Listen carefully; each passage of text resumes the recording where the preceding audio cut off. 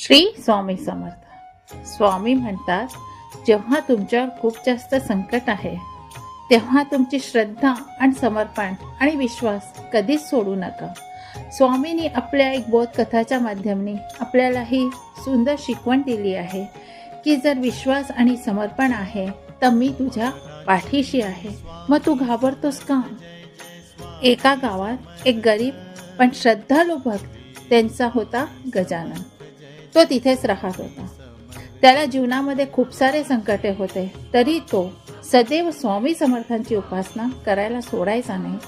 तो रोज सकाळी उठायचा, स्वामींच्या मूर्तीपुढे दिवा लावायचा, नामस्मरण करायचा आणि मनोभावे आपली जी मनामध्ये प्रार्थना आहे ती करायची.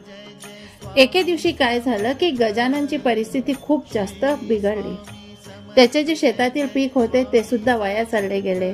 घरातली जी थोडीफार जमापुंजी होती ती पण वाया चालली गेली. अन्नाचे एक पण दाणे उरले नाही. तरीही तो स्वामींचा धीर सोडत नव्हता. गावकरी त्याच्यावर हसायला लागले. अरे गजानना, तुझ्या स्वामींनी काही तुझी मदत केली का? पण गजानन मात्र हसून म्हणायचा, स्वामी समर्थ आहेत ना, ते सगळं पाहतात आणि पाहत राहतील. पण एके रात्री मात्र तो खूपच उदास होऊन स्वामींच्या मूर्तीसमोर बसला. आता त्याच्या डोळ्यातनं अश्रू उभे राहिले होते. मनापासून प्रार्थना करत तो म्हणाला, स्वामी, मी तुमच्यावर विश्वास ठेवला, पण आता काहीच मार्ग दिसत नाही. मी आता काय करू? त्या रात्री गजाननाला एक विलक्षण स्वप्न पडले. स्वप्नात त्यांनी पाहिलं की स्वामी समर्थ इथे प्रकट झाले आणि त्यांनी प्रेमळ स्वरात म्हणाले, गजानना, संकटे येतात तेव्हा धैर्याची कसोटी होते. तू फक्त श्रद्धा आणि विश्वास ठेव.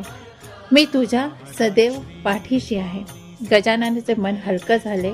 त्याला पुन्हा एकदा विश्वास वाटला की आपल्याला स्वामी समर्थ सोडत नाहीये. दुसऱ्या दिवशी सकाळीच एक अनोळखी माणूस त्याच्या दरवाजावर आला. त्याने गजाननाला विचारले, तुझं नाव गजानन आहे का? तर म्हणे, हो, माझे वडील स्वामी समर्थांचे भक्त होते. त्यांच्या इच्छानुसार मी काही गरीब आणि गरजू लोकांना मदत करतो की मला वाटलं तुमची मदत पण करावी. तो माणूस गजाननाला आर्थिक मदत करून गेला. काही दिवसातच गजाननाच्या शेतात पाऊस पडला आणि पीक भरून आले.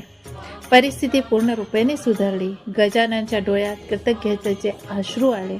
त्याने मनोमन स्वामी समर्थांचे आभार मानले आणि आभार मानले म्हणाले, खरंच स्वामी राया, तू माझ्या पाठीशी होता. फक्त मला श्रद्धा आणि विश्वास हवी होती.